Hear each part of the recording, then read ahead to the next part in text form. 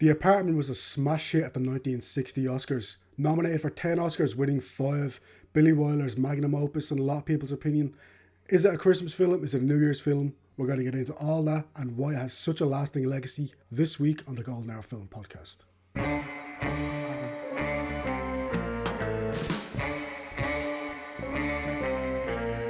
Hello and welcome to the last episode of 2024 for the Golden Hour Film Podcast. Yes, it's Billy Wilder's, the genius Billy Wilder. It's his, it's smash hit at the Oscars, like I said. Probably one of the most famous Oscar-winning films of all time for so many reasons. I'll get into why in just a moment. Not before, though, I introduce my co-host, not guest host, Harry Bailey. How are you doing, Harry? Fantastic. Billy's back on the podcast, and we do love a bit of Billy. Yeah. It's The Apartment. It is, as you said, many people regard this as Billy Wilder's best film, or at least top 3. It's a fantastic film. I love it. It's great to cover it. And yeah, who would have thunk it? We're still going, heading into 2025, where the Golden Hour Film Podcast, the 1 year anniversary will be a bit of crack, won't it? But for now, we're just passing our first calendar year.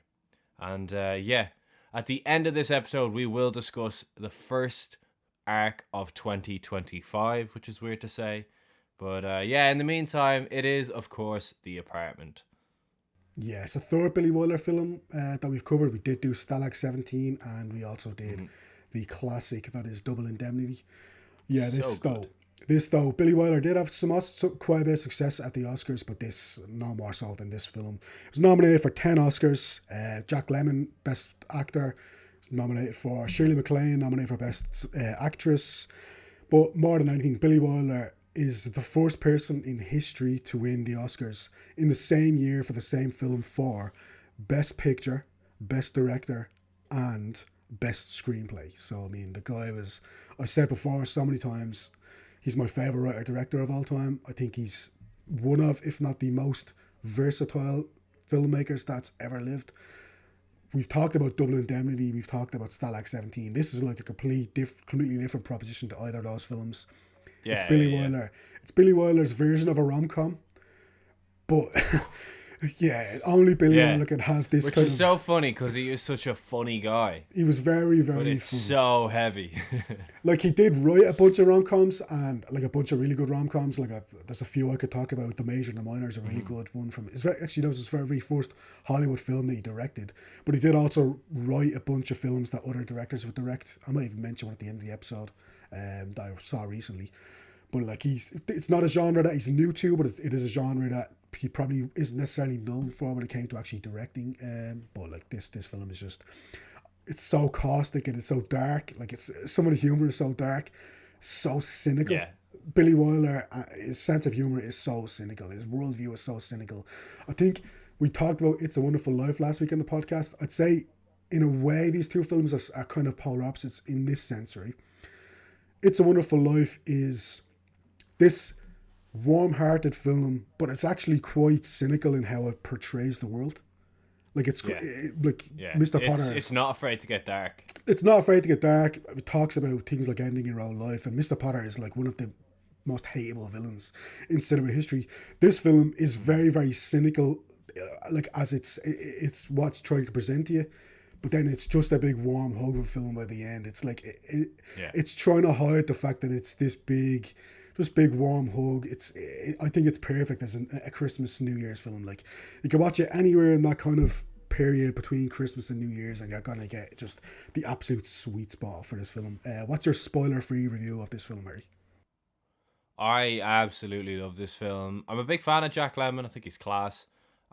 Big fan of Shirley MacLaine. I have said a few times on the channel that the film The Children's Hour is one of the most underrated films of the 60s. And oh my god, I just remember the ending of that film. Fuck. You want to talk about a dark film with Shirley MacLaine? Fuck you know. But that's Shirley MacLaine and Audrey Hepburn, and that's an amazing film, which I would strongly recommend. But yeah, love everything about this film. It's the film equivalent to that meme where the guy's writing on the piece of paper and it catches fire. because every scene is written perfectly and it's got such dry, sharp wit and humor, but there's also just overarching sadness and loneliness and depravity, and a lot of the people in this film don't necessarily feel human, but at the end of the day, as you said, it does eventually feel like a bit of a hug at the end, which is nice, but it's a journey to get to that hug, God. Yeah. And yeah, I love it. Billy Wilder's amazing. I will definitely make it a thing of mine to watch more of his movies next year. Like, I've seen a good few. I've probably seen just shy of 10, but I want to get deeper into the Billy Wilder lore and the filmography of the man, who is an absolute legend. And yeah, I mean, it goes to show we've covered 3 of his films on the podcast now, and we're certainly not going to stop next year. How about you? Did you like this, Shane? Yeah, I absolutely adore this film. It's like, to say it is in my top 3 Billy Wilders, but like, at any point it could be first, it could be second, it could be third, it could even be fourth. That's how amazing the guy is, that it's not even necessarily nailed on. For most people, this would be by far the best thing they ever made, and it's absolutely like right up there. But like the fact that it's not even like a nailed on certainty to be top 2 or 3 is just shows how amazing, in my opinion obviously, but that just shows how much I love the guy. Can I ask you a totally unrelated question? Go ahead. Yeah. Well, not totally unrelated, but do you think if Hitchcock made this, that it would be, regardless of the fact that it's not a very Hitchcockian film, but do you think if Hitchcock made this, that it would be by far and away Hitchcock's best film? No.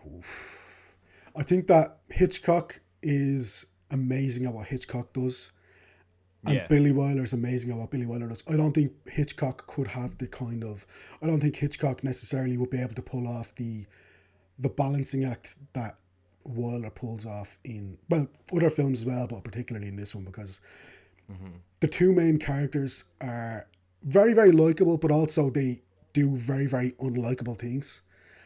Like, we'll get into it, but he essentially... we covered Mr. and Mrs. Smith, if you want to see Hitchcock's attempt at doing that. Like, that's a perfect analogy. Exactly. It's a perfect analogy, because Hitchcock's way of kind of dealing with these kind of caustic, kind of like really cynical relationships does often come across quite sleazy, and this film is sleazy, but I think Billy Wilder is just able to find the right balance. Whereas at the same time, I don't think Wilder could necessarily have made something like a Psycho, for example, or, you know, a Northwest.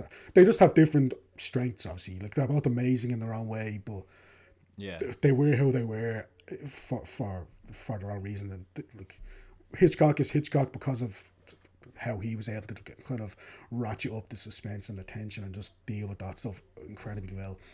At the same time, Wilder is just one of the greatest screenwriters to ever exist, and just he had such a way of pulling off that cynical worldview without necessarily like just making shy away from his films. Like, he was just a genius at that kind of stuff. So I think without further ado, we will get into The Apartment. I think it's, like I said, just an absolutely classic film. So Jack Lemmon's character Bud Baxter, he chimes in and he says, on November 1st, 1959, the population of New York City was just over 8 million people, and he then goes on to say that he works for an insurance company on the 19th floor of the premium accounting division. So it's a great shot then of like this just incredibly busy insurance office where there's like, again, he's on the 19th floor of like well over 20 floors, well over almost 20 floors. So you've literally thousands of people working in this building. Like, he's literally just one number on a vast, like, he's just a dot in this place. He's not even necessarily someone who's obviously even worth paying attention to necessarily. But he says that he often stays late an hour or two every night, especially when the weather is bad, since he says, I have some problems with my apartment. He says he can't always go home when he wants to. And then we cut to a colleague, some schmuck, this person calls Bud, going over his allotted time with his mistress. So we find out pretty quickly that Bud is essentially renting his apartment. It's not even renting because he's not getting any money for it, but he's essentially giving his apartment out as favors. He seems to say to everyone, by the way, you got to pay me for last week, man. So yeah, no, he seems to never get No. He never gets any sort of financial gain from it. He kind of gets gain from it later on in the In film. other ways, he gets what. Yeah. Exactly. But it's very much alluded to with this first guy that this has been a thing for a long time as well. Because even he says to her something along the lines of like, "Oh, you broads are all the same. The amount of money that I have to spend on taxis from this place." And she's like, "You bring other girls to this apartment?" And he's like, "Of course I don't. I'm a happily married man." Yeah, But it's very much alluded to that this has been happening for a long time in Baxter's apartment. Yeah. When these two people leave, Bud can finally go into his apartment. Then we see Mrs. Dreyfus, who's Bud's next door neighbour. She tells Bud that a racket was heard from his place, and he dismisses her kind of gently. He tries to let her down because he doesn't really want her to know, obviously, what's actually going on. Then the doorbell rings, so Kirkby, who's the guy who was just after being using the apartment, turns out that his mistress, forgot her galoshes. So then Kirkby tells Bud he's going to put in a word with Sheldrake, the main boss, because Bud is like, listen, you need to sort your timekeeping here, like literally, it's really literally my home. Exactly. So Kirkby, to try and keep Bud on side, he's like, listen, I'm going to put in a word with Sheldrake. By the way, Sheldrake is a surname that Wilder absolutely loved. He used it in Sunset Boulevard. He used it in another film that I'm struggling to think of at the moment, but it's like 3 times he used his surname for whatever reason he absolutely loved it. But yeah, he tells Bud that to put another bottle of wine on his tab. So it turns out he's been racking up this whole tab that he's not gonna pay. He's not gonna pay. He's using Bud like he's using Bud to no end. Like he's just getting everything he wants from Bud, and Bud is just letting him have it basically. So yeah, he has a quick interaction with his next door neighbor, Dr. Dreyfus, who has just come home from work, and he's like, "Man, the amount of women that I hear you bringing home through the wall, you got to donate that body to science. Say how you keep it up every single night in the way that you do, sometimes twice a night, is insane. We need your body at the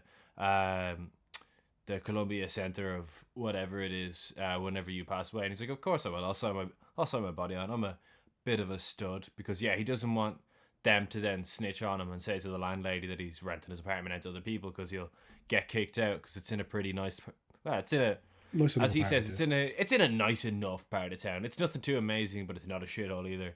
And he sits down and he flicks on the TV, and it's just a funny gag again, as we always disclaimer, Billy Wilder disclaimer. We're not going to get all the jokes in this episode because it'll be like 3 hours long. But just one that's funny is he sits down and it's like, "And now it is time for Grand Hotel," and they lists all the actors in it. Greta Garbo. Right after this sponsor. Yeah. So he flicks it over and he sticks on Stagecoach instead. And then he kind of gets sick of Stagecoach. So he flicks back over and they're like, "And now it's time for Grand Hotel with Ethel Barrymore, blah, blah, blah, blah, blah, blah, blah, blah, and Lionel Barrymore. After our alternate sponsor." And he's like, "Oh, it's so good. It's so good." But yeah, he gives up. And then the phone rings and another guy from the office called Dobich rings, and he's like... Played by Ray Walston, who did work with Billy Wilder again on another film called Kiss Me Stupid. He actually acted alongside Jack Lemmon's real life wife in that film. So I think Lemmon was basically lined up to play this film. It's about 4 or 5 years after this. Lemmon was basically lined up to play this role, couldn't do it in the end, so they brought Ray Walston in instead. But I know we're talking about the apartment, just a quick aside, I think that role would have been way better in Jack Lemmon's hands. But if we ever talk about Kiss Me Stupid. But no, he's a good actor, Ray Walston. I think he does some good work actually. But yeah, he is ringing from a bar and he's like, "I've got this woman who kind of looks like Marilyn Monroe." And she turns around and she is so clearly meant to be Marilyn Monroe. She even has the mole, and she's putting on the Marilyn Monroe voice and everything. And he's like, she kind of looks like her, so I got to bring her back. And he's like, "Well, actually, I just took a couple of sleeping tablets. I need to go to bed." And he's like, "Well, I've already said that I was gonna put a good word in for you, buddy, but I'd hate to not do that. You'd get a real promotion if I said some good stuff about you." So he accepts, and he leaves the key under the mat, and he's like, "Just make sure you leave the key under the mat after." And he goes out into the sopping cold rain and sleeps on a park bench. And then after some time, he goes back to the apartment where, yeah, it's the wrong key. He left the wrong key. And we find this out in work the next day when he's got a horrendous head cold and he gets in the lift. And the girl who works in the lift is quite nice to him. She got her hair cut and she was like, yeah, everybody seems to hate it. And he's like, well, I quite like it. And they have a nice little interaction. And she is Fran, played by Shirley MacLaine. She'll be a somewhat important character in this film. And they have a bit of a nice, wholesome back and forth. And he goes into his office, and I just love how this office looks. It just looks like a never-ending shot of desks and lights above desks. It just seems to never end. It's such a critical kind of view of like corporate America and like the fact that basically he lives in the job, and like it's just like, again, it's just a visual kind of way to show that he's one of basically thousands of people. Like he's literally just someone they don't even probably know his name. Most people even there, he's literally just he's just a cog in the machine. But yeah, Kirkby mentions it reminds me a bit of the Office from The Trial, directed by Orson Welles. I still haven't seen that. I still haven't seen that. Orson Welles and Anthony Perkins in it. It's very similar. It's just like an endless sea of lights over people. It's really good. Yeah. Coming back to the Marilyn Monroe thing, actually, apparently there's, I don't know if it's true or not, but apparently people are saying that that's because Billy Wilder, well, in case anyone didn't know, and it's something that Tony Curtis in particular would talk a lot about, but Marilyn Monroe wasn't necessarily the most kind of easiest person to work with, especially on Some Like It Hot. Like she would show up to late, or show up to set late a lot of days, and she'd not know her lines, she'd be etc etc. So look, that was what it was, but this is kind of Billy Wilder's kind of a little bit mean-spirited, if I'm honest, a little bit mean-spirited way of kind of getting back at her, kind of just kind of being like, like that's, you have at that, like. So yeah, I think his humor is usually, he's really very good at punching upwards, Billy Wilder. He very rarely punches down, but that's probably one instance where maybe he does punch down a little bit. Anyway, Kirkby mentions to Bud that Fran, he's been asking her out for a bunch of times, and she basically won't give him the time of day, and a bunch of other guys in the office have asked her out, and she again won't give him the time of day. So that only ingratiates her on Bud even more, because like, oh well, maybe she actually has standards, you know what I mean? Yeah. So very funny scene there of him going through the Rolodex. So he's asking Dobish for his key back to the apartment. And again, he accidentally gave him the key to the executive washroom instead. Yeah, he gave him the key to the executive washroom. So basically a very funny scene as Bud has to rearrange a bunch of different dates with like a bunch of different clients, where he's like, okay, I'll have you in for Wednesday. Oh, I can't do Wednesday. Okay, what about Thursday? So he's just calling a bunch of different people trying to rearrange stuff because he needs the apartment that night. Which throws out the person who was meant to be there that night. He needs the apartment because he obviously is suffering with a cold. So he's like, okay, it fucks the whole equilibrium of the weekend up, the whole week up. So it's like, and once he gets that sorted, he finds out that Sheldrake wants him. Yeah, exactly. So he goes up to Sheldrake's office. He has another interaction with Fran in the lift, and she actually gives him a flower. And then he goes into Sheldrake's office where the secretary sends him in, and Sheldrake's like, I'm not an idiot. I've had 5 different people from 5 different departments all tell me that you're the best guy since fucking Jesus Christ, and they all want you in their department. There's a lot of people who work here. A lot of people are talking about you. The last person who was like this, it turns out he actually had an illegal gambling ring. So we got the SWAT on him one day before the Kentucky Derby because he tried to fix the results on everyone's bets. And he's like, well, I'm not doing an illegal gambling ring. And he's like, I know you're not doing an illegal gambling ring. I actually want to talk to you because I hear you're very resourceful, and I want to give you a promotion because we're doing a big staff switcheroo in about a month's time. But in the meantime, would you like some tickets to this show? And he's like, oh, I'd love to, but I've got a really bad cold. I'm just gonna stay at home. And he's like, I think you should take these tickets. And then he gets a phone call, and he's like, yeah, sorry, love, I won't be home tonight. I'm meeting with this executive. And he hangs up, and he's basically like, right, you're not catching my drift. I'm giving you these tickets. Hand over the keys to the apartment. And he's like, oh, okay. And he finally gets it, and then he accepts. And he gets in the lift then, and he has 2 tickets now to this show because, yeah, Sheldrake has no plan on actually going to this show. This is his way of getting Jack Lemmon's character Baxter out of the apartment. So he asks Fran in the lift out, and she's actually finishing up her shift, and she is kind of hesitant at first, but yeah, a lot as she kind of does a few times in this film, she lets him down quite gently to begin with. Yeah, she kind of lets him down gently. Eventually, she does agree to go, and she's like, At "Well, 8:30. I was supposed to meet with someone," and he's like, "Oh, is he your boyfriend?" And she's like, "No, we're not. Like, that's not going on anymore." She's basically going to meet this guy because she wants to kind of just tell him enough is enough. It's over for good. So he's obviously delighted to hear this. He's like, "Okay, fair enough. I'll meet you outside, and yeah, we can go to this. The Music Man is the name of the show." So then, kind of a creepy thing where Bud is like, "Okay, I actually know everything about you." Again, I feel like only Jack Lemmon. Well, not only Jack Lemmon. Like in a way that in last week's episode we talked about Jimmy Stewart. Only he could kind of make. It's a testament to Jack Lemmon that he pulls this off somehow.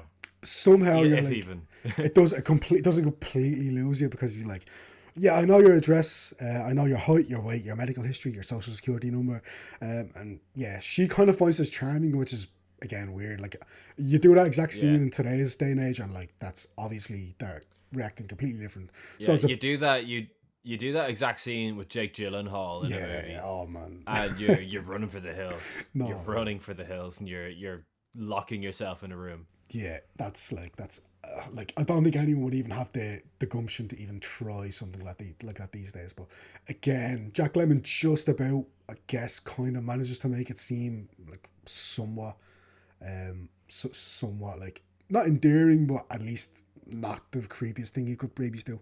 So yeah, she then goes and she meets Sheldrake in this Chinese restaurant.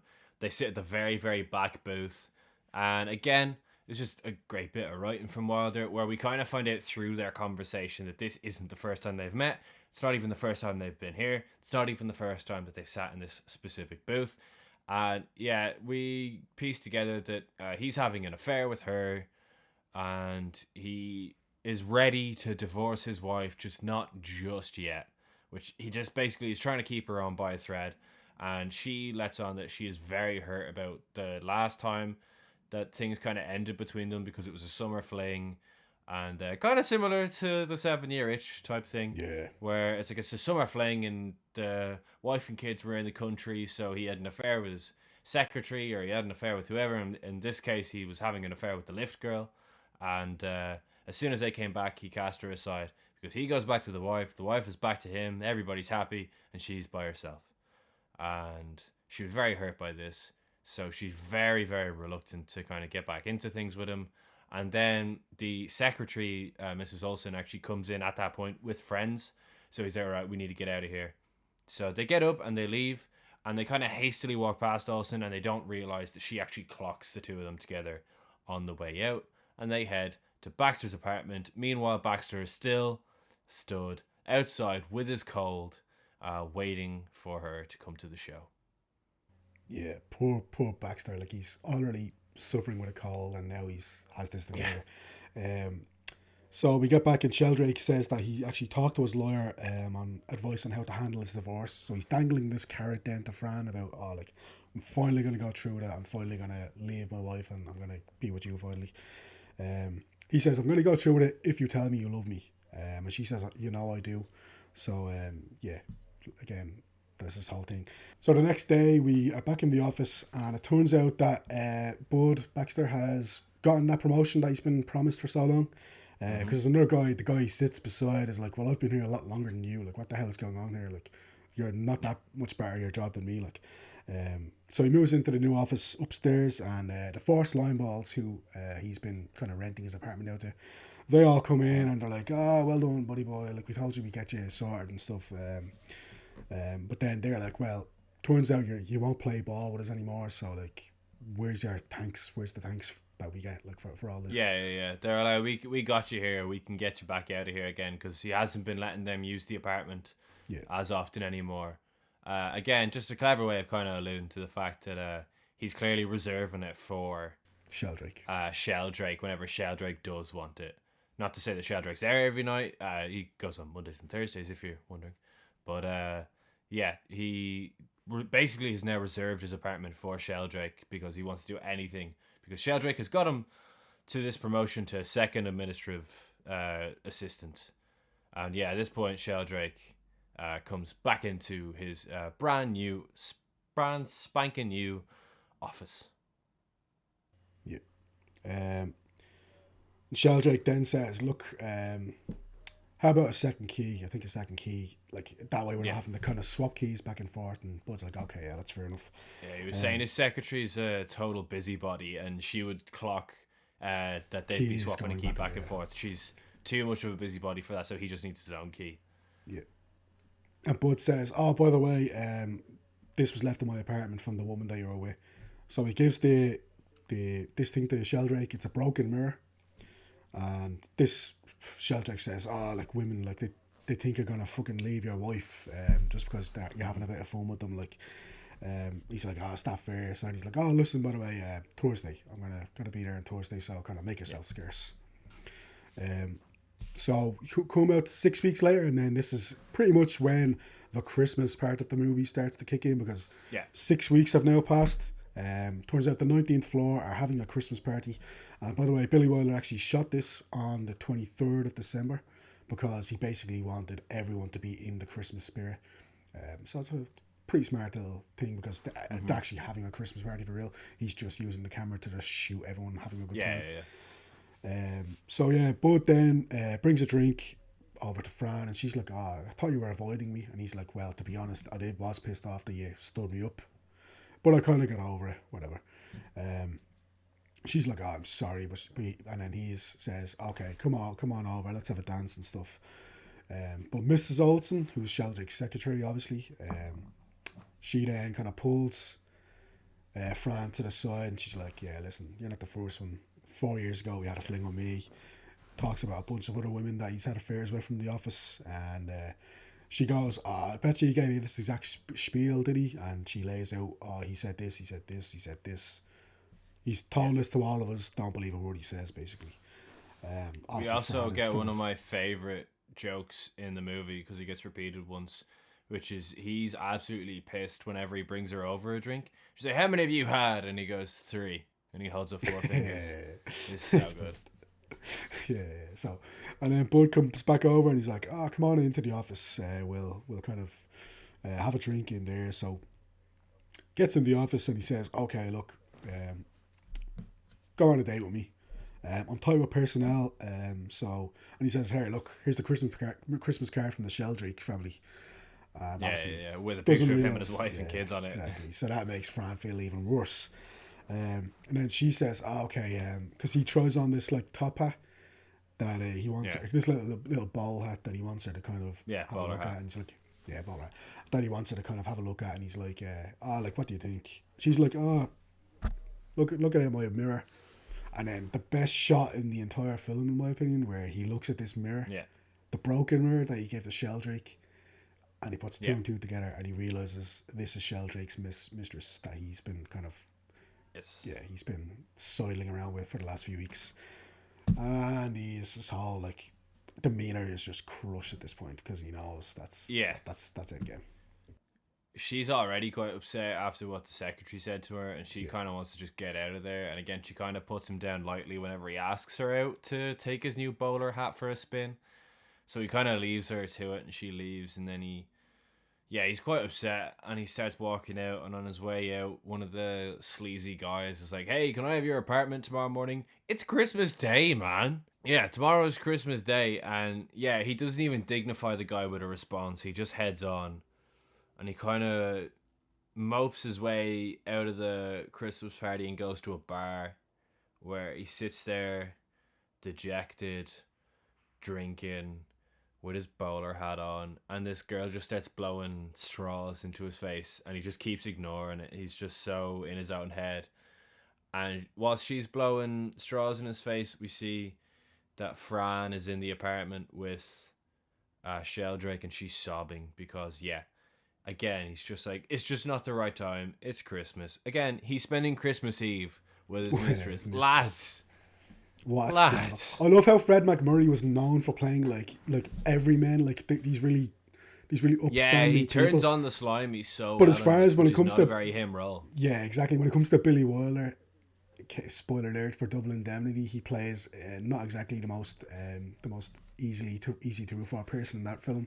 Yeah. And in this, he just plays the biggest slime ball you could think of, like just a sleazeball. Like, Billy Wilder had such an eye for casting, and like, yeah, Fred MacMurray crushes it with this. He's so good in this. But yeah, he's basically just like twisting her words and emotionally manipulating her into being like, listen, I love you. But you're putting me in a position here by putting all these emotions on me. And she's sobbing. And we kind of go back and forth maybe once or twice between the apartment and the bar, where basically the two of them are just having the shittest night ever. Because the girl comes over to him and she's like, you buy me a drink and I'll buy you a song. And he orders her a rum Collins and whatever he's drinking, and she puts on the song, and then she just starts telling him her life story. She's like, do you like Fidel Castro? Yeah, one of the best jokes in the film where she goes, yeah, my husband is in Cuba. And he goes, oh, like, was he caught up in the revolution over there? No, he was doping horses. It's like, it's so funny. Like, it's the most stupid joke in the film, but it's so funny. Yeah. It's so good. So yeah, her husband's in prison in Cuba. And again, back to the apartment. And yeah, Sheldrake is basically like, right, you've wasted my time here being all emotional, you human. And I'm out of here. Merry Christmas to you. And just before he goes, they exchange presents, and she gives him a genuinely thoughtful present of a record from the Chinese restaurant that they always go to. And he goes, I got you a present too. And he just takes out money and hands her £100 because it's just a transaction to him at the end of the day. God. It's the most cold thing in the whole film. It's horrible. He hands her £100 and he goes, it would just be weird if I like went out and bought you a present. So here's $100. Spend it on yourself. Get yourself something pretty. Shirley MacLaine that just breaks her. Amazing in this film, especially at these kind of moments. Like when a little bit of rewind to the scene where she gave Baxter the mirror. And obviously he realizes who she's his mistress, but she says, "I like it broken. It makes me look the way I feel." So and then you fast forward to this scene where like she just realizes once and for all that she is just the latest in a long mistress. line. Yeah, the latest in a long line. Like she's so great in this film. Yeah, he leaves her in the apartment and he just says, "Make sure you turn the lights off on the way out," and leaves her in there sobbing. So yeah, one last time you see that Baxter is like slow dancing with this girl in the bar. Meanwhile, in Baxter's apartment, Fran finds a lot of sleeping pills and takes the bottle and eats them all and washes it down in an attempt to end her life. And Baxter comes home with your one, and he's still in foul humor. Because she's like asking him all these like questions. And she's like, oh, my husband would love you. And he's just like, cool. And they get to the apartment and... I love the scene, but sorry to cut across. He goes, well, we might as well go back to my place. Everyone else does. And then once they get to the apartment, he's essentially talking himself up to be this stud because he just like at this point everyone else believes. He's like, I gotta donate my body to science. I have sex that much. Exactly. So it's like, and then that makes her a funny moment. Then that makes her even more excited by obviously. So I did enjoy that, but like again, Baxter at this point is just. If everyone believes that he's a philanderer and stuff, especially the neighbours, so why not just go along with it? Especially the neighbours, the Dreyfuses. But he sends her to get ice whilst he turns off the record. And when he turns off the record player, he finds 2 white gloves. So he just thinks, oh, I'll just throw these out of the way. So he grabs them and he throws them into his room. Yeah. And he walks away. And he's like, hang on a fucking second. And he looks back in and Fran is in his bed. So he goes in and he's like, get out of here. And he does what the guy in the bar did to them because they were the last ones there. And he's like, O-U-T, out, get out. Show's over. And he's like shaking her and she won't wake up. And he realizes that she won't wake up. So he runs over to Dreyfus, the next door neighbor, and he's banging on the door. And ringing the doorbell, and he says that he has a girl in there and she's taking a load of pills and she won't wake up. And driver's like, right, let me get my bag, and he goes back in. And then he just kicks her one out, and she makes a whole show of it as well. She's like, wait till my husband finds out that you kicked me out of this apartment. I'm like, oh, I think he'll be cross at you, actually. And yeah, he kicks her out, and the doctor kind of passes her on the way, and he's like, fucking hell, man, her? And he's like, no, she's fine. It's the one in there, because the whole way through this film, he has his neighbors convinced that he's literally taking women home every night, and that he's a terrible person. And yeah, Dreyfus opens the door and finds her unconscious. And yeah, he says that they had a lover's quarrel and they didn't say anything serious. And he left and he came back and she was like this, basically covering for Sheldrake, because if the news found out that this big director was having an affair, it would sabotage Sheldrake, which you could argue would also maybe get him into a bit of bother, because it is Sheldrake who got him to where he was in life at this point anyway, in his job. Yeah. By the way, the guy who plays Dreyfus, whose name is escaping me, I'm going to find it here now. Jack Crucian as Dr. Dreyfus. He was actually Oscar nominated for this role, believe it or not. Oh. Yeah, so good for him. Wow. But yeah, so obviously Dreyfus. Yeah, I mean, he's good. Yeah, he's good. It's a good performance. Yeah, no, it's a good performance. So Dreyfus then comes over and like he just snaps into doctor mode, obviously. So starts injecting him with medicine. But is trying to keep up the pretense that he says we had a fight, so I went out and Dreyfus like, what? So you just went out and pick yourself up another dame, like, what? Straight away, like. But it's just again trying to keep up the pretense that he's this playboy, because not even because he likes that kind of image of him, but it's just because for convenience sake. Dreyfus pretty unimpressed. But he starts to slap Fran, obviously, just to try and wake her up, obviously non-violent, etc., etc. He's trying to wake her up. Eventually, she kind of groggily starts to kind of open her eyes, and he kind of forces coffee down her throat, and he's like, okay, drink up. So Dreyfus says, look, she needs to stay awake for the next few hours. Do not let her go to sleep no matter what you do. After a few hours, she can sleep as much as she wants. So... yeah, but does manage to kind of keep her awake for a few hours, and then he's like, okay, finally, yeah, you can go ahead and sleep. So she does sleep on and off then for the next few hours. Mm-hmm. Yeah, and then she wakes up. She doesn't really know what happened. He found as well with the body a letter titled to Jeff, and he kind of keeps that on the bedside locker as well. And he's basically asking her why she did it or whatever. He goes into the other room and he calls Sheldrake, and he's basically, it's Christmas Day, by the way, of course, and he calls Sheldrake, who's playing with his two sons, and he's like, oh, he fills her in on the whole thing, but like he fills him in on the whole thing, but kind of in code, so that say the operator who's listening doesn't catch word that Sheldrake's having an affair. And Sheldrake's like, right, okay, well, I'm gonna need you to sort this for me because it's Christmas Day. And he's like, do you want to maybe speak to her and give her some kind words? And he's like, oh, no, I don't think it's appropriate. It's Christmas Day. And Sheldrake's very cold-hearted here. So he kind of leaves it to Baxter to fix the whole thing. And he goes back in and he says he'll keep her in the apartment for as long as he can. Meanwhile, she's behind him now in the apartment. She's woken up again. And she just starts apologizing to him for doing it in his apartment. And yeah, he... brings her back into the room, and he's like, I gotta keep you on watch for a while.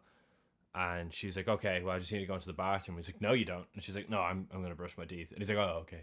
But he goes in and kind of takes out the razors and stuff, takes any sort of deadly sort of medicines or anything out of the way, just to try and make it a harm-free zone. And he goes out to get coffee then from the Dreyfuses next door, because they used it all last night to wake her up. And Mrs. Dreyfus answers and just berates him for how he treats women, or at least how she thinks he treats women. And she says, I'll not do this for you, but I'll do it for her, because that poor girl shouldn't have to deal with what you put her through. And he's like, oh, amazing, thank you. And he goes back into her then, and Mrs. Dreyfus comes with him. And she gives him breakfast, and she basically, again, just starts berating Baxter again. And then she leaves, and we get the first of a few just scenes where, yeah, as you said, there's like it's really well like wittily written. It's funny, but like the context of the scenes is so dark. Where basically the two of them start to form a bond, more so than they had already had. Yes, Fran says, well, Fran essentially tells Baxter to open the letter that she gave to Sheldrake, or she wrote to Sheldrake, and he opens the envelope, and it's just $100 bill that Sheldrake had given her as a present. Yeah. I say in air quotes. Fran tells Bud, just return that to Sheldrake, will you? So they start to play cards then, which, yeah, we'll potentially might come back to, but they start to play cards, and Fran says, look, I'm jinxed. I'm absolutely jinxed. Every guy I've fallen in love with, I've fallen in love 4 times, and they've all ended badly. It's just, I begin to think at this point it's just me. Obviously Bud's trying to like tell her, no, you're crazy, like it's just, that's just the way of the world, but she's still obviously a bit down in the dumps, a little bit better than she has been though, but she drifts off to sleep, and who arrives at the door at this point in time but Mr. Kirkby, from the very first person that we saw renting the apartment. Yeah. So the he guy arrives who with his assumed at the Christmas party that he could just have it on Christmas Day. Yeah, exactly. So he turns up with his mistress while Bud is shaving, and Bud is like, get the fuck out of here, like, I have company. Dr. Dreyfus then sees the woman shouting in the hallway, and he assumes that it's Bud that she's calling, because the woman is just hey, will you let me the fuck in here? So he just assumes there's another woman outside, even though he knows that Fran is in the apartment. This is the whole thing. But then Kirkby is like, come on, old sport, let me in here. But then he looks in and he notices it's Fran, and he's like, oh, you hit the jackpot, bro. By the way, again, this film, like, used the word wise so many times in the most amazing way. Yeah. So Kubelik says here, you hit the jackpot here. I mean, Kubelik was. And it's not the first time. Like, the way of speaking is like so. Yeah. Immediately, I'll hear someone talk like that in real life, and I'll just immediately think of the apartment. That's what's so amazing about it. Yeah. Like at one point, Jack Lemmon says like, that's the way it comes. Well, it's not long after this. It's not long after this. He then goes back into the cookie crumbles. Oh, that's the way it crumbles, cookie wise. Oh, it's so good. Yeah. She asks him to open the window, and he opens it, and he's like, "Oh, I'd hate for anything to happen to you, but if you were to jump out that window, it's only one story. You'd only break your leg." And she was like, "Well, I think I might just do it." Like, and he's like, "No, I'd really care if something bad happened to you." And she's like, "Oh, why can't I fall in love with a guy like Someone like you?" Yeah. And he's like, "Well, that's the way it crumbles, cookie wise." It's just like, it's just so good. It's such a great way of speaking, because it's funny and it's witty, but it's also like, it's just so specific to this film, like no other film has. So immediately, like I said, it just makes me think of someone talks like that in real life. Like occasionally someone will say something like that, like cookie wise, etc., and I'll just immediately think of the apartment. Anyway, fast forward a couple of days later, when everyone's back at work, and Sheldrake, well, he starts to absolutely berate Miss Olsen for informing Fran of Sheldrake's kind of what he's been doing, basically affairs. And he says, you are fired. He goes all Donald Trump on her ass. He then says, look, before you go, get me Bud's personal phone number. So Olsen does that, and Olsen, unbeknownst to Sheldrake, she actually listens in on the call. So Bud's like, listen, she's still here at the apartment. I want you to talk to her, but please be gentle. So once Sheldrake and Fran are talking on the phone, he's trying to be like kind of supportive, but she knows it's insincere to the extreme. To the extreme. She knows. Again, though, he's twisting her words. He's like, I can't believe you do this to me. Like, he's saying little things like they're in and amongst all the stuff that he's saying, so you just know that he's only thinking about himself. Yeah, exactly. Like, he's what they get. So Mrs. Olsen then, when she gets up, when the phone call ends, Miss Olsen calls Mrs. Sheldrake, and then they kind of just leave. Waller just kind of just leaves that little nugget there for us to kind of nibble on. Yeah. She just says we should go and meet for lunch one time, and that's all she says. She's just like, it's to do with your husband, but whenever you're free. Yeah. So Bud returns home from getting groceries, And then Mrs. Lieberman, who's the landlady Yeah. of the apartment, she comes home and she says, "Oh, I thought," she's been banging on the door. Turns out Bud just got there just in time because she's like, "Oh, I thought I smelled gas." So obviously Bud races in, and he can't smell gas, but it turns out he thinks that Fran is obviously after kind of doing something. Yeah, trying to kill herself. Trying to Sylvia Plath herself. Yeah, exactly. So turns out she's okay. She didn't realise that Bud's kind of system works differently than her own police. So all she's doing is she's washing up and she's cooking. And then Bud, again, such an amazing thing. Bud then shows her his technique for draining noodles, for draining spaghetti. Yeah. With the tennis racket from earlier. Tennis racket, it's so great. Like it's so genius. Yeah. Actual genius. He tells her a story then as well. He's like, "Don't worry, like I tried to, end it all after someone broke my heart." And she's like, "What?" And he's like, "Yeah, I tried to shoot myself. Went down to a pawn shop, bought a gun, got in the car, and then didn't actually know where to shoot myself." She's like, "What?" And he's like, "Yeah, I just didn't know." And then a policeman came.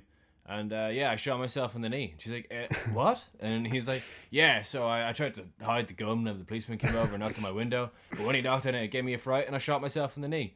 And she's like, "Oh my God, like that's terrible." And he's like, "Yeah, well, she sends me a fruitcake every Christmas. So, yeah, didn't quite work out for me. And now I have a scar on my knee." And she's like, and he's like, "And if you don't believe me, I can show you the fruitcake and the knee." And she kind of lifts her spirits a little bit.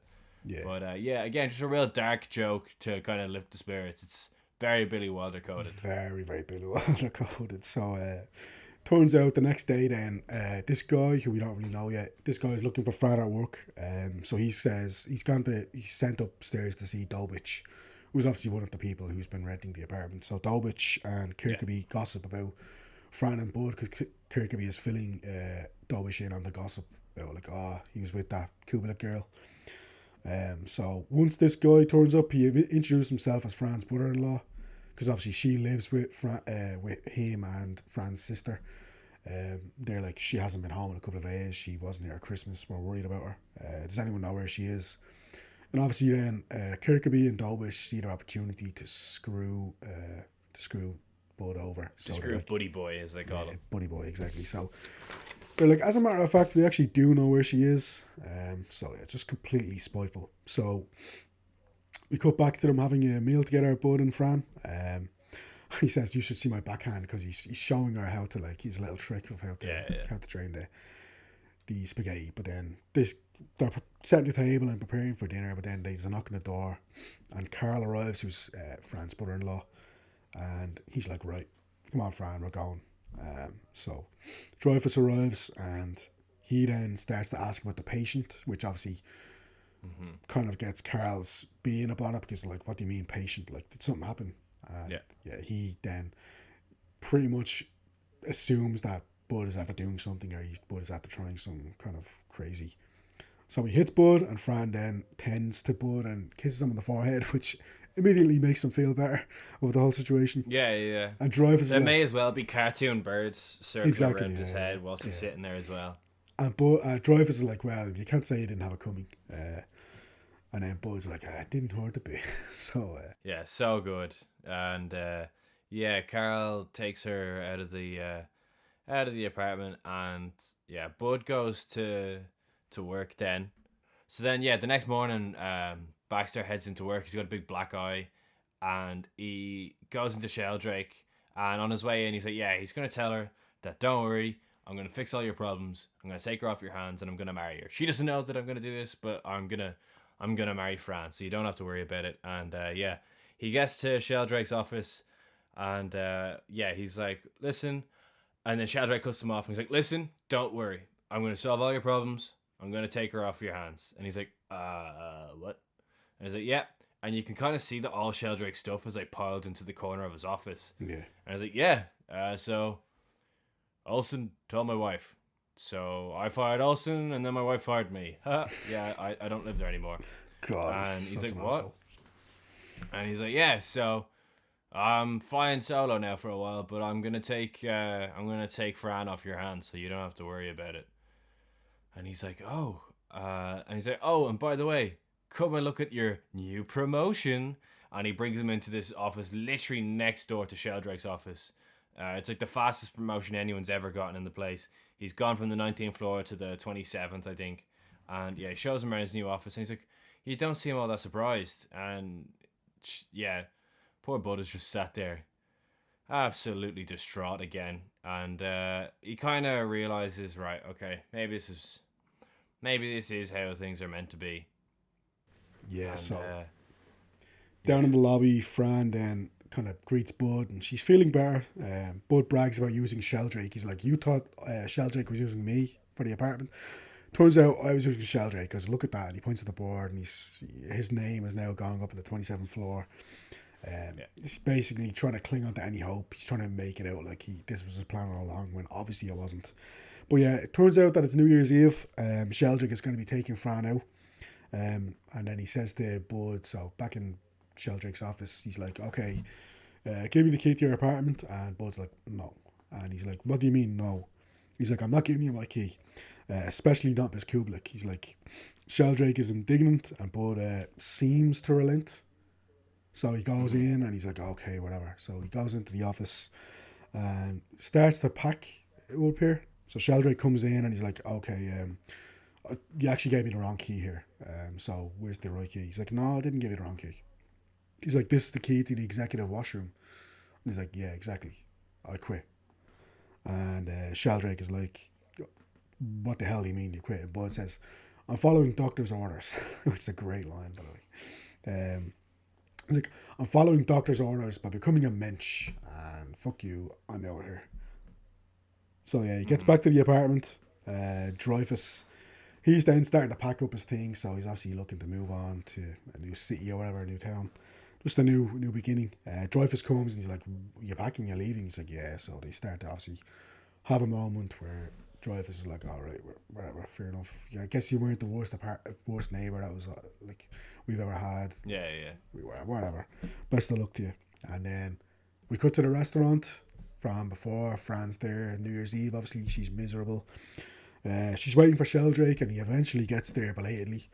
And he's like, this Bud guy, this Baxter guy, he's after putting us in a hole. He's after quitting on New Year's Eve. Worst of all, he said that it was because of you. Like, what problems do you have with you? And then this look on Shirley MacLaine's face, where she realizes, she realizes that Bud is actually in love with her. Yeah, brilliant, amazing. Yeah, so she's like, what do you mean? And he's like, yeah, he wouldn't give me the apartment, and he said, especially not for Mrs. Kublik. She's like, he said that? And he's like, yeah. And then they do the countdown, and yeah, 2 movies in a row, they'd sing All Lang Syne. And yeah, after the countdown, he turns around, and she's gone. And like in so many great rom-coms, we just see Shirley MacLaine running through the streets to the apartment. She runs as fast as she can. She gets to the stairs, and as she gets up, we get a gunshot. Yeah. Wow. And the music just stops. And it came from his apartment. So she runs over, she's banging on the door. She's like, Mr. Baxter, Mr. Baxter, Mr. Baxter. And she tries to knock the door down. And then the door opens. Baxter's fine. He had just opened the champagne that one of the lads had left behind one of the times with their mistress over. And she was like, oh my God, is your knee okay? And he's like, I'm fine all over. What? Obviously in reference to him shooting himself in the knee. And she comes in and she asks him where his cards are, because she can see he's packing up. And he says they're in that box. And she goes over and she takes the cards out, because they never actually finished their game of cards from that time, from when they were playing cards in his house. And she sits down and she starts dealing, and he sits down with her, and he kind of unknowingly starts pouring 2 glasses of champagne. And he's like, were you not meant to be with Mr. Sheldrake tonight? And yeah, just a lovely ending. He says to her, like, I love you, like, I adore you. And she just ignores him. It would appear. And he's like, didn't you hear me? Like, I adore you, I love you. And then Some Like It Hot from like the previous year has one of the greatest closing lines in cinema history, which I won't spoil in case anyone, I'm not going to spoil because I couldn't even do it justice. I feel like this is pretty much close to being on a par as well, just because Yeah. It's so simple. Like, it doesn't actually mean much out of context. It means nothing out of context. Yeah. But she says, shut up and deal. And yeah, you can tell that she's well in as well. Just, Yeah, she takes her jacket off and she's got a big smile, and the two of them just kind of look at each other whilst he deals, and the end comes up whilst they're looking it's at a each perfect example of how you don't need the big. It'd be great, like I wouldn't have said no, but you don't necessarily need the big kiss, the big whatever embrace and stuff.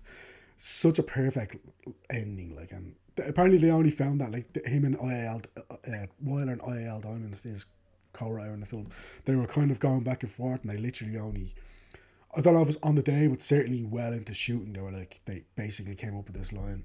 So it just goes to show how adaptable they were, how versatile they were. Yeah. Brilliant though, brilliant ending line. So that's The Apartment. I'm gonna say 5 out of 5 stars, masterpiece. Like one of the darkest rom-coms in a way you could think of. Yeah. But again, it's so Billy Wilder for so many reasons. One of the greatest scripts of the time period. Like, the guy is just a genius. Directed so well. Jack Lemmon's amazing. Shirley MacLaine is amazing. Fred MacMurray's great as always. Just a masterpiece in my opinion. What about you? Yeah, 5 out of 5. Absolutely love this film. One of the best written films of all time.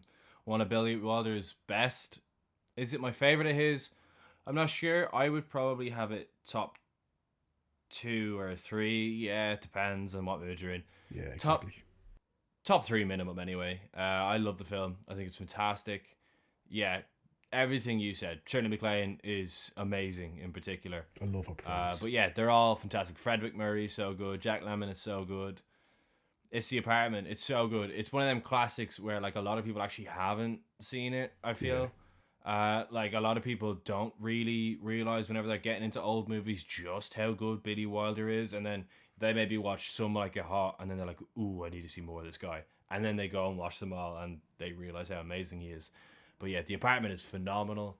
And yeah, I love it. Final film of 2024. And it's one of the best films we've covered on the podcast. Yeah, it's definitely like easily well into the top 5, I would say, if not 10. Certainly 10. Yeah. I would say easily top 5. Yeah, so before we get into the awards that we're going to be talking about, have you watched anything in particular that you kind of want to recommend just very quickly, Harry? I want to recommend. What have I watched recently? I watched Kneecap, which is very, very good. Yeah, just, I don't know about you. My Irish is very, very, very basic. Of conversational Irish at best. Yeah, Kneecap makes you want to learn Irish again. It's a fantastic film, and I cannot believe that DJ Provy is not an actor. I've heard that from a lot of people. Yeah, he is so good in it. I've heard that I from a lot of fully people. thought, because like I like Kneecap, don't get me wrong, but I would be huge into Kneecap, and I always know him from just wearing the balaclava, so I didn't recognize him at first. And at first I was like, oh, I've never actually seen this actor before. And then obviously it was maybe 2 or 3 scenes in where we realized his importance to the story, and it's like, oh fuck, that's the DJ. Yeah. He is so good in it. He is just like a genuine, legit actor. But I'm sure he's just going to stick to Kneecap now. I can't imagine he's going to do much acting. He is so good. And yeah, besides that, the only other thing that I've watched that I probably won't touch on in any other videos is Trap. Finally got around to seeing it. Great fun. Good old Trap. Yeah, Josh Hartnett is so fun in that movie. It's such a whack performance, but I loved it. What about you? Anything else? Yeah, so pull the curtain back a bit. We were supposed to record this episode last week, but I was under the weather. I was quite sick. The good thing about being sick, though, is that I was able to catch up on a bunch of films that I kind of wanted to see. So I saw Ball of Fire, which, by the way, was written by Billy Wilder, directed by Howard Hawks. Again, an amazing rom-com starring Gary Cooper, starring the woman of the hour, Barbara Stanwyck. Amazing actress, obviously. She's so good. She's great. Yeah. Like, that's... I feel like... I can't even give justice to that without to that plot without kind of spoiling what happens. But anyway, maybe we'll cover it on the podcast eventually. I absolutely love that film though. One of my favorite rom-coms of that era. The Sting. We covered Nathan Hale from Maple Street Movies, and Harry covered Butch Cassidy and the Sundance Kid a few months ago. The Sting is just a few years later. Same two actors, Robert Redford, Paul Newman, It's and the directed following by, year, I think. the Oh no, following it's year. 2 years I feel after. like 2 or 3 years. 71, Yeah, is so it? 73. Yeah, yeah. So George Roy Hill also Oh, directing. okay, yeah. Yeah, so a few years later, but again the same team. And in my opinion, I probably prefer it just slightly over Butch Cassidy. I do love a heist film. I have to say. Sorry, yeah, heist. Yeah. What else? Christmas movie. To be honest, Jingle All the Way. I've seen it a bunch of times growing up. Like I did mention last week that It's a Wonderful Life is like a far better film, but to be fair, I actually did give It's a Wonderful Life a higher score, but to me, Jingle All the Way, even though it's like not anywhere near as good in terms of quality, I grew up with it. It's again, I just love that film. It's great. Yeah. Bunch of Humphrey Bogart films, which I'm not going to get into here, but that video is up. Kind of iffy audio and all. That video is up on the YouTube channel if you want to check that out. So again, a bunch of films from Humphrey Bogart that I did watch over the last few weeks. That again I'll talk about in that video. So other than that, then just a couple of Hitchcock films that I've kind of been wanting to watch. Sabotage from 1936 actually has one of Hitchcock's. I like that. Yeah. I was kind of like, it was decent, but I wasn't blown away by it. But there's one scene in particular which is good. That's a pun. That's a pun. You didn't even realize it. Yeah, no, exactly. Because there's one scene in particular which is as good as anything Hitchcock talked about did. it. We actually talked about it. I don't know if you remember. We actually talked about it on Suspicion, where we were talking about the milk scene, and I was talking about the bus scene is essential in Sabotage. Hitchcock has a few of them films that are all kind of the same sort of quality, in my opinion. Yeah. That are all good films. That all have like a great scene. Yeah. With Suspicion, there's the milk scene, and with Sabotage, there's the bus scene. I like a bunch of Hitchcock films from that time period. The Lady Vanishes is very good. 39 Steps is great. I wouldn't have this film on the same level as those two, but I'd say that sequence in particular is better than anything in like pre-Hollywood Hitchcock. It's probably one of the best things I've seen from pre-Hollywood Hitchcock. Have you seen The Lodger? I have seen The Lodger, yeah. I've seen The Lodger. Oh, I really like The Lodger. Yeah, it's good. Yeah, it's good silent film. Frenzy, then, one of the last films he directed. The opposite side. Still not seen that. I really need to watch that. It's very sleazy. It's very, very sleazy. Yeah, it's Hitchcock going full sleaze. It is the 70s after all, so it's a lot. I would say that there's one scene in particular which is genuinely, without spoiling, I think it's genuinely like kind of crazy that he got away with it. I won't say anything more than that, but again, I wouldn't say again it's near his best work, but it's well worth a watch, to be honest. Yeah, other than that, I think that's pretty much it. Actually, Gentlemen Prefer Blondes, I did watch that from Howard Hawks. That's great. Marilyn Monroe was great. Oh, so good. Yeah, other than that, though, I think that's pretty much it. And I think I'll throw it over to you now then to talk about the podcast awards, the Golden Hour Film Podcast Awards. Yeah. Take it away. So we talked about it last week on the It's a Wonderful Life episode, but yeah, you guys have until New Year's Eve, until the countdown, until that clock chimes midnight and we go into 2025 to vote on the Golden Hour Film Podcast Awards for 2024. We've a bunch of categories in there, some fun, some serious. Just make sure you vote on best episode. But what am I saying? I'm going to make all of the questions mandatory so that we get a fair go of it. But I'm looking forward to the awards, and we'll talk about the awards maybe the next time you see us. If not the next time you see us, it's not too long in the future. We're going to sit down after the new year and we're going to go through the results and announce the 5 nominees. Even though we're doing long lists, the 5 most voted will be the 5 nominees, and then the winner will be whatever got the most votes. Fairly self-explanatory.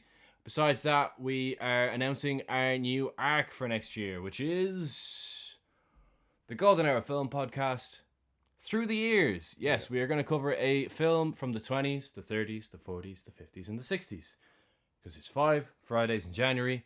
And yeah, next week's episode is Nosferatu, which is going to be a bit of crack. Yes, not once, not twice, but 3 times we have gone to the silent German expressionist era on the podcast. Great stuff. And then, we'll I don't know how we'll kind of play it with announcing the episodes. We might announce it at the end of each week what the following week's episode will be. I think that's probably the best way to do it. So yeah, next week is Nosferatu, the first episode of 2025, and that has been 2024 on the Golden Hour Film Podcast. Shane, what has been your favorite moment of the podcast of 2024? Let me see.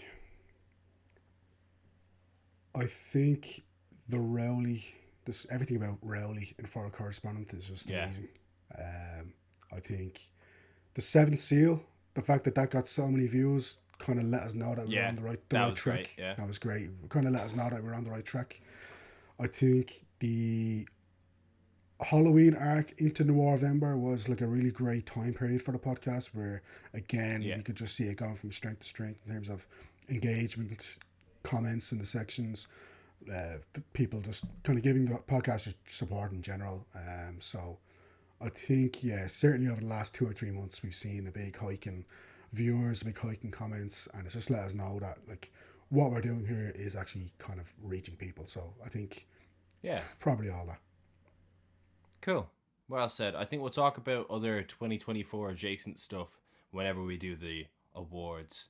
But I'd say for myself, I would say we pre-recorded a couple episodes and I was on holidays. And being on holidays and releasing the Laura episode of the podcast and leaving it, I can't remember exactly what I did. I think that might have been the day that I went to the NFL. Right. So I wasn't even really on my phone that day because I was out for the whole day. As a matter of fact, it was the day we went to the NFL, and